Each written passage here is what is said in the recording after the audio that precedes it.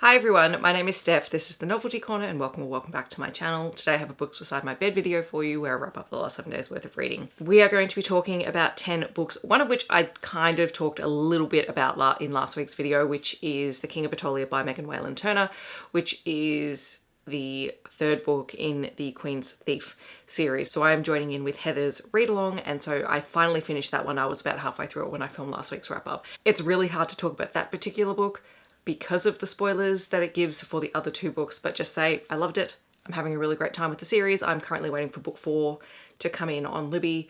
It's on hold at the moment, and then I have book 5 and 6 all ready to go. So yay. After that, I read Nina the Starry Bride Volume 1. This is part of my reads for 30 and 30, even though I'm not trying to do 30 manga, I'm just trying to read what I have.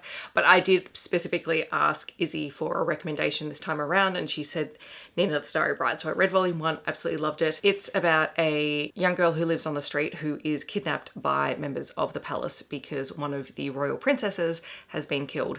But she, with a wig and a change of clothes, can pass as the deceased princess. And so she is kidnapped, basically threatened, and thrust into this role of princess, and they're trying to train her to be a princess and then marry her off to someone else. The first volume is really her relationship, or the start of her relationship with the two princes at the palace, and also her relationship with the current wife of the king, which is not the best relationship to say the least, but it's really fun and very sweet, and the artwork in it is just lovely. So I will be continuing this at some point. We'll see when I get back to it, but it's definitely on the list to continue. Then I read the next two books in the Pittsburgh Titans series, which is a hockey romance series by Sawyer Bennett. I read Coen and Drake, and I'm listening to these on audio. So if you haven't heard me talk about the Pittsburgh Titans series, as I said, it is a hockey romance series. The premise is that before the book starts, the original Pittsburgh Titans team are all killed when their plane crashes. And so the start of the book is them rebuilding the team. And there are 3 surviving members of the original team who weren't traveling with the team when they were on the plane. And one of those players was Coen. And Coen is made captain at the start of the series, and he basically tanks that year with all the rest of that year with the Titans. He is behaving irrationally and brashly, and like everyone around knows that there is some form of survivor's guilt or something going on because he's just acting out, and he basically gets suspended for the rest of the season. And a lot of the other people on the team don't want to see his career end this way, and so they've been trying to help him in the background. And so at the start of this book, he's just bought a cabin off one of his teammates. It's in the middle of nowhere. He's basically thinking he's done with hockey. And then he meets his new neighbor, Tilly. And the two of them have this very antagonistic relationship because she wants to cut down some of the trees on the adjoining line to their property because she wants to build an art studio and she needs a driveway for that and all sorts of things. And he doesn't want that. And so he is basically threatening to take her to court.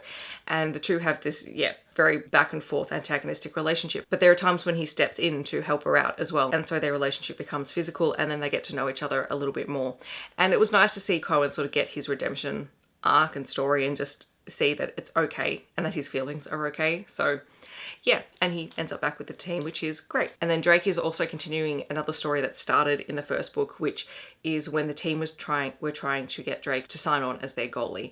And Drake has a history in the league. He was basically blacklisted because his then wife, now ex-wife, had told the media that he had a gambling problem.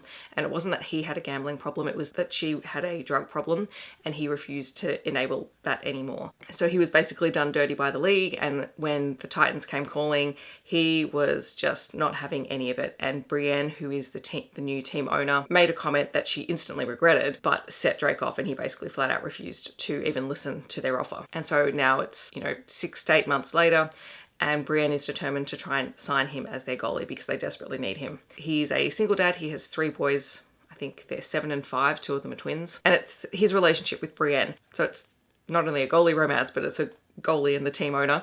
And she has had to rapidly learn how to run the NHL team because while her family owned the team, it was her brother who ran it, and he was killed. And so she's had to step up and figure it all out. And the two have this chemistry, but Drake's obviously been burnt by his ex-wife, who does feature in the story. And so a lot of the drama, and particularly a lot of the drama around the third act relate to what's going on with Drake and his ex-wife. Yeah, it was just really fun, and it was nice to see more of Brienne because she's been really great in the series so far, but to kind of see that really strong female protagonist who, you know, is literally running a billion-dollar empire and having to work herself into the ground. So she's never had time for friends or for anything more than just a casual relationship, and she's building all of those things because people are forcing her to, and that's really cool.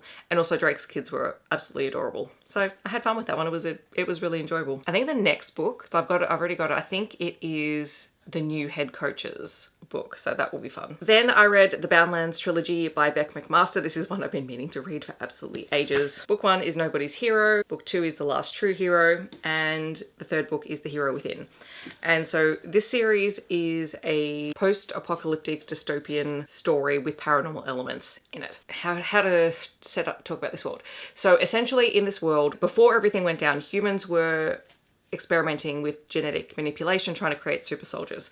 And they basically created these were animals. They're called wargs. And so that was before everything happened. Then there was a meteor hit, which basically set off a whole bunch of nuclear reactors and all sorts of things. And so the world went to hell in a handbasket. And now everyone's living in the aftermath of this. So if you want the closest comparison, and this is not a monster romance, but if you want a close sort of world comparison, think the series by Lily Mayne, just in terms of the landscape and the you know, different little groups banding together. It's kind of like a cross between Lily Mayne's series and Claire Kent's series, but it's paranormal. So essentially you have these little human outposts that are trying to survive. You also have groups of wargs who've lost their humanity that basically kill anything that moves. So it's a very frightening time to be a human. These books follow 3 main protagonists who are all wargs who have a history.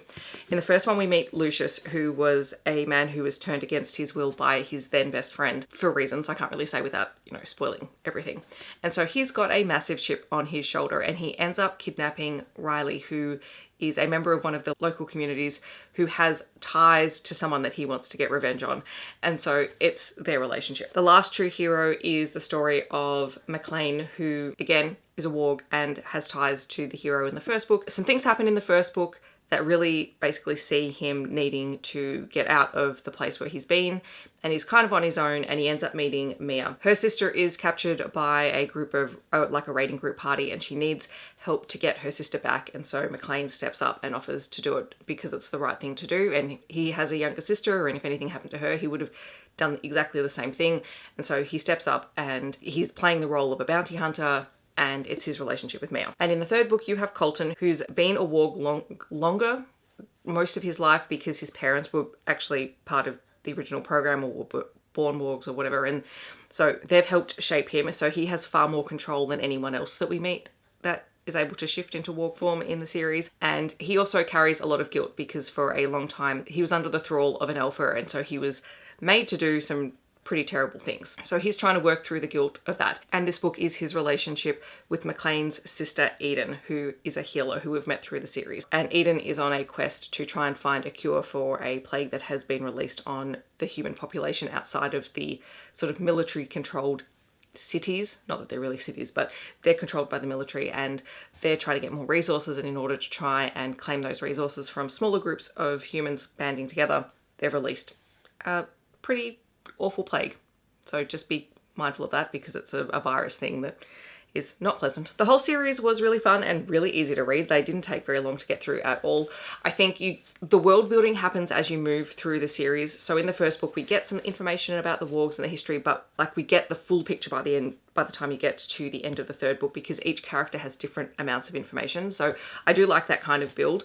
And I also just really enjoyed the characters. They're, you know, survival in a really dangerous time with paranormal-ish beings and fighting and gruesome things. Like content warnings, because lots of bad things happen because, you know, end of the world sort of stuff. But really enjoyable series. Glad I read this one, and I've got a couple more McMaster books on my TBR for October. It's also great because that ticks off 3 books off my rare TBR. Then I read The Bone Man by L.L. Frost, which is the 6th book in the Demonic Messes and Other Annoyances series, which is part of the Vales universe, and this is a Why Choose paranormal romance series with monsters. And this far into the series we have Penn, Flint, Mark, and Gavin, and the reintroduction of Darius as characters, and they're all in a relationship. They're all trying to make this poly relationship work for them, given their history and everything that has happened so far in the series, while also now having to contend with a new mayor in town who has basically decided that he's going to try and clean up an area of the town that basically hosts demons. So in this world, a demon portal opened up, and demons now live amongst humans, but they kind of congregate in specific areas. You have a police force that is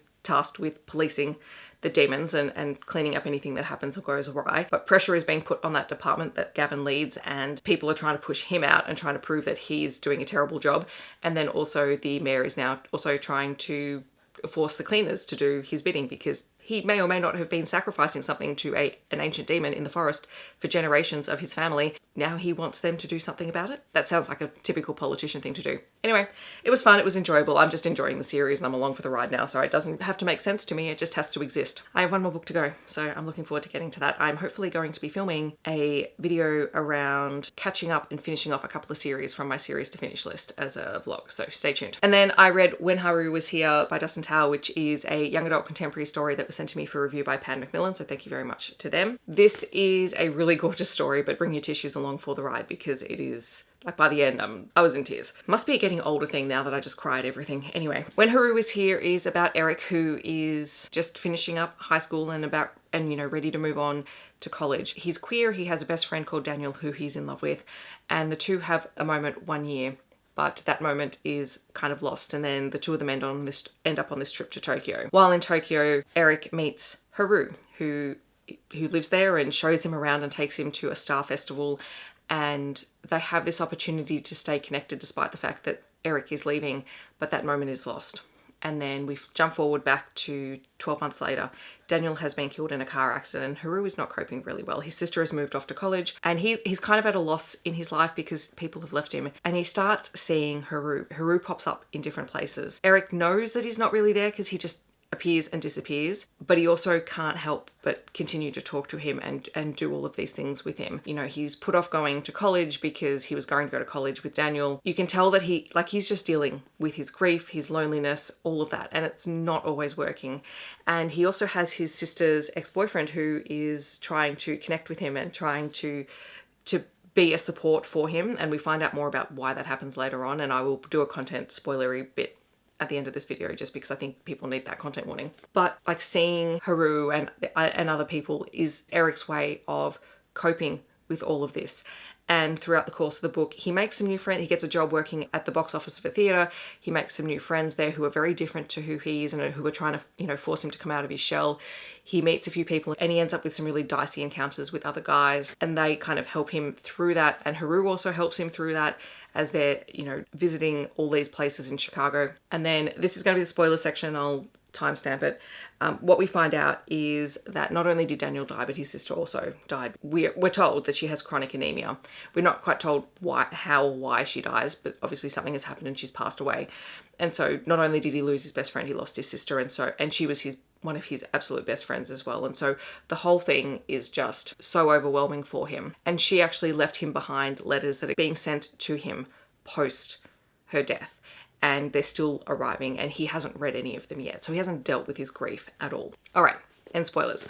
And so, yeah, it's Eric dealing with that. The closest thing that I can compare this to, and it's not the same, but it kind of has that same feel to it, is The 7 Year Slip by Ashley Poston, in that you're not with the right person at the right time. And so it was really, really lovely. It's just a young adult contemporary story. It doesn't feel young adult though. It does feel very much like the character who is trying to grow up and is just stuck in that moment between high school and college, where you don't really know what's going on and everything is compounded by the circumstances that have led up to this moment. So really enjoyed it. Gorgeous cover. All right, and then also from Pan Macmillan, I received Somewhere Beyond the Sea by TJ Klune, which I was supposed to review last week. I couldn't because I needed to sit on it, and I'm still not entirely sure how I'm going to talk about this book. Not because I didn't love it. I really, really enjoyed it, but TJ Klune is very controversial for people, so if you don't want to watch me talk about TJ Klune, feel free to move on past this part of the video. That's totally fine. One of the things that you have to know about TJ Klune is he's very outspoken on things that he's deeply passionate about, and at the moment,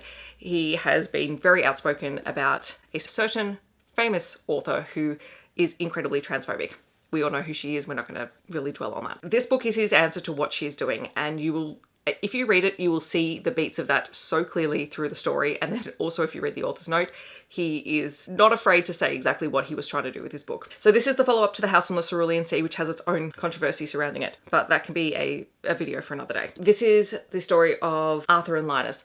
Arthur is the caretaker of magical children who have basically been placed into his care because they have magic, they're different, and the government in this world wants to segregate magical people from normal people. So we see where this is going.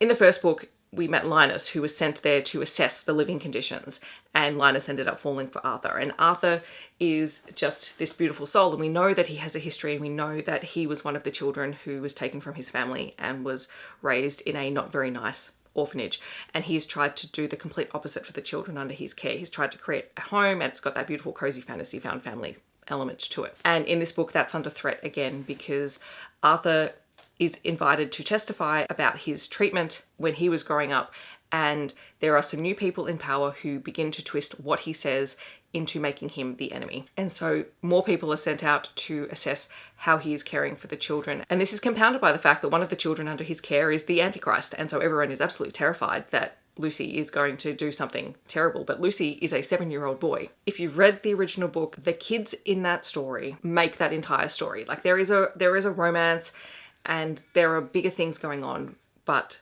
what makes The House on the Cerulean Sea are the kids, and the kids in this make this book as well. They have become such a close-knit found family that they know that Arthur is in trouble and that they need to do their best to try and keep everyone together. Along the way, they've also welcomed a new child, a Yeti, into their family, and that's a bit of a problem because he's not on record, so they're passing him off as an adult when he is a child. We also see how the town around Arthur's home has grown in support of the children and of the magical world. And then we learn a few more bits and pieces about some people who have been there since the start of the series, and the fact that they may actually have more power and be more well connected than you would think that they would be. And the whole thing was beautifully written. Like I couldn't put it down once I started reading it. I read it from cover to cover and I loved it. Also, gorgeous cover, loving the collage-y artwork stuff that's going on with TJ Klune's covers, and I'm glad that I read it. I don't know if there's going to be more books in the series. I mean, I'd continue to read it because I love the kids in the series and I just want to know what happens to them, but like this felt